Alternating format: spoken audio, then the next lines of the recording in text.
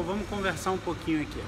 Qual o objetivo do HV Notes? O objetivo do HV Notes é explicar para você, não programador, para mim, não programador, um pouquinho de programação. É fazer com que a gente, utilizando a linguagem Python, vá desde o beabá, do zero, até algum lugar onde a gente consiga se livrar das rotinas chatas. A gente não consegue nem gravar em paz hoje em dia, mas enfim.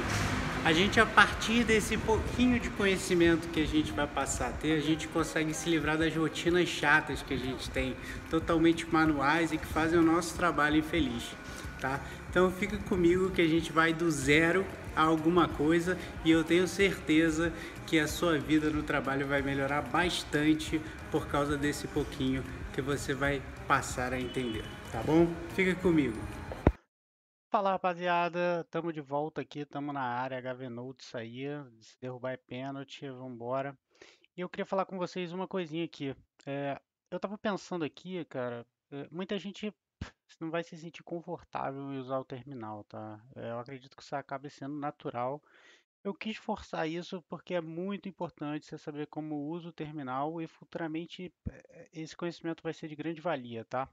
Mas vamos falar um pouco sobre Jupyter Notebook. Então, vou botar aqui na tela o Jupyter Notebook, tá? Isso é um ambiente de desenvolvimento para Python, tá? Ele é muito utilizado por cientistas de dados, analistas de dados. Então, com qualquer equipe bastante técnica e bastante qualificada que você for trabalhar, provavelmente você vai ouvir falar de Júpiter. É muito mais fácil interagir com ele de fato e eu acho que ele vai ser muito mais útil para a gente continuar o nosso dia a dia. Por isso, vamos dar um passinho aqui atrás, não um passinho para trás, mas um passinho para o lado, só para a gente fazer essa pequena pausa para explicar o que é o Jupyter Notebook. Mas você deve estar se perguntando, Hiller, mas como eu acesso o Jupyter Notebook? Essa fala do Ciro Bottini, mas ela é ótima para ilustrar, pessoal. Quando você instala o Anaconda 3, que é o software que a gente instalou no nosso primeiro vídeo, ele é um fornecedor, tá, com várias aplicações dentro dele, tá? E eu peguei aqui uma tela do Windows, que é provavelmente onde 90% das pessoas aqui vai estar trabalhando. Quando você acessa o Anaconda, ele vai abrir bem bonitinho aqui, tudo isso com esse design lindo, bem gráfico aqui, cintilante para você, as diversas aplicações que o fornecedor oferece, tá? Você não vai pagar nada, nada é cobrado, enfim, você pode acessar. E o que a gente vai estar utilizando é esse aqui, ó, esse cara aqui, ó, o Jupyter Notebook, tá? Só para deixar aqui bem claro para vocês qual que a gente vai estar utilizando é esse cara aqui, tá? Como a gente sabe que no Linux nada é tão simples assim e a vida não é tão bonita assim, a gente vai abrir o terminal, já estava com ele aberto que eu estava fazendo os testes, e a gente vai escrever aqui Jupyter-Notebook. Quando a gente fizer isso e der o Enter, ele vai abrir Aqui você vai ver diferente, porque aqui o nosso computador é preparado. Entendeu? Ele é igual a Anitta, ele é preto, vermelho, verde, igual o Power Ranger, mas no seu vai vir branco, porque você ainda não fez as configurações que você naturalmente vai fazer posteriormente quando você se sentir mais confortável com o uso do dia a dia. Tá? Então ele vai abrir esse File Manager aqui. Se você quiser criar uma pastinha, botar um diretório específico, você pode fazer sem problema nenhum, mas todos os arquivos do seu computador vão estar aqui, tá? Eu vou abrir direto um arquivo, assim como a gente vem aqui é, num, num, num, num Notepad, num editor de texto, e a gente cria aqui um arquivo, né, new file, por exemplo. A gente aqui vai criar um novo arquivo, mais um arquivo do Jupyter Notebook. É importante entender que é o seguinte, que um arquivo em Python, ele é um arquivo .py.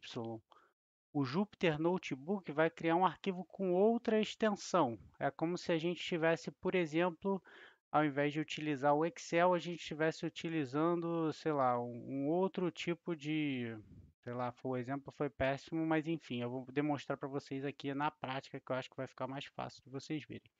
Então, eu abri aqui um arquivo chamado Python 3 no Jupyter Notebook. Novamente, vim no File Manager, que ele vai abrir automaticamente, novo Python 3.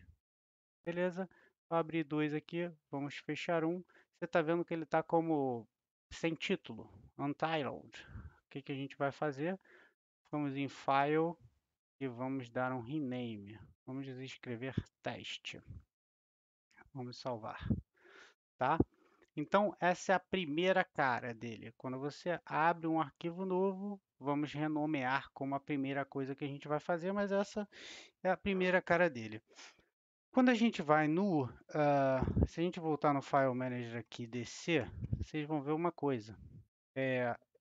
Assim como eu havia mencionado para vocês, esse arquivo ele se chama teste.ipynb, diferente de um arquivo .py, que é o que normalmente a gente estava habituado a utilizar nos outros vídeos, tá? Então é importante fazer essa distinção, porque um arquivo .py você consegue diretamente do terminal fazer a execução. Um arquivo do tipo Jupyter Notebook, que é ipynb, você precisa entrar no software para executar ele aqui dentro. Então, quando a gente abre o Jupyter Notebook, a gente tem praticamente células, tá? Cada retângulozinho desse aqui, vamos tratá-los como célula, tá? É uma instância, tecnicamente falando, mas para facilitar nossa compreensão, são células. Essas células vão ter dois tipos de modo: modo de controle e modo de edição. Quando você vira uma barrinha piscando aqui, você tiver a capacidade de incluir alguma coisa, você está no modo edição. Quando você aperta ESC e essa barrinha fica mais azulada aqui, você está no modo de controle, tá? Cada célula dessa pode executar uma porção de código Python e já te permite ver o output exatamente nessa tela. Tá? Analogamente falando, a gente não precisa, como a gente vinha fazendo, executar via terminal aquele código. Vou dar um exemplo, print Jupyter. Tá? Eu vou apertar Shift Enter, então vamos voltar aqui, só, eu estava no modo controle, ao clicar aqui, modo edição, tá? No modo edição eu posso fazer qualquer inclusão que eu quiser, print Jupyter Notebook, tá? Como é que eu faço para executar? No modo de edição, eu seguro o Shift e aperto Enter. Ele já foi executado automaticamente para mim aqui, tá? Se você notar, ele já criou mais uma célula aqui embaixo. Significa que eu posso interagir de modo simultâneo ou executar várias instâncias, vários códigos de uma só vez. Para fazer uma distinção clara para a gente da diferença entre o modo de controle e o modo de edição, basicamente o modo de controle você vai utilizar quando você quiser fazer uso de algum atalho do próprio Jupyter para acelerar o teu uso da ferramenta. Então vamos supor, a gente está no modo de edição aqui, a gente pode editar essa célula sem maiores problemas, e vamos supor que agora a gente queira inserir uma nova célula. Como é que a gente vai fazer? A gente vai apertar ESC, vai voltar para o modo de controle e vai apertar o A. Quando a gente aperta o A, a gente insere uma célula acima. A operação análoga seria vir na edição, né? Desculpa, Insert Cell Above.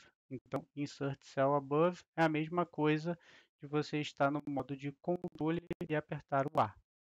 Tá?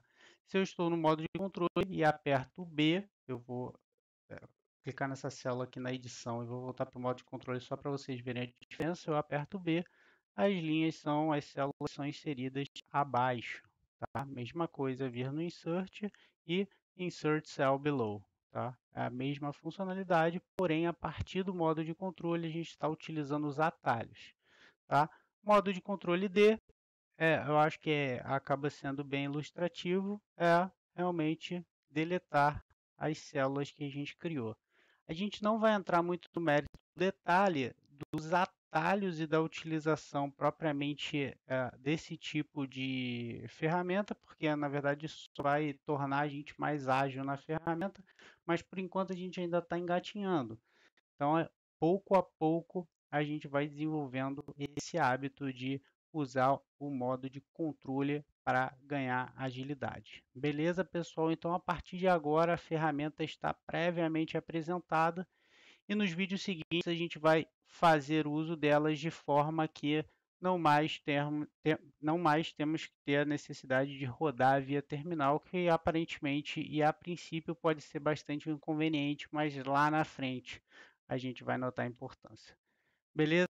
Obrigado por assistir esse vídeo. Se você gostou, dá um like, compartilha com seus amigos. E é isso. Te vejo no próximo vídeo.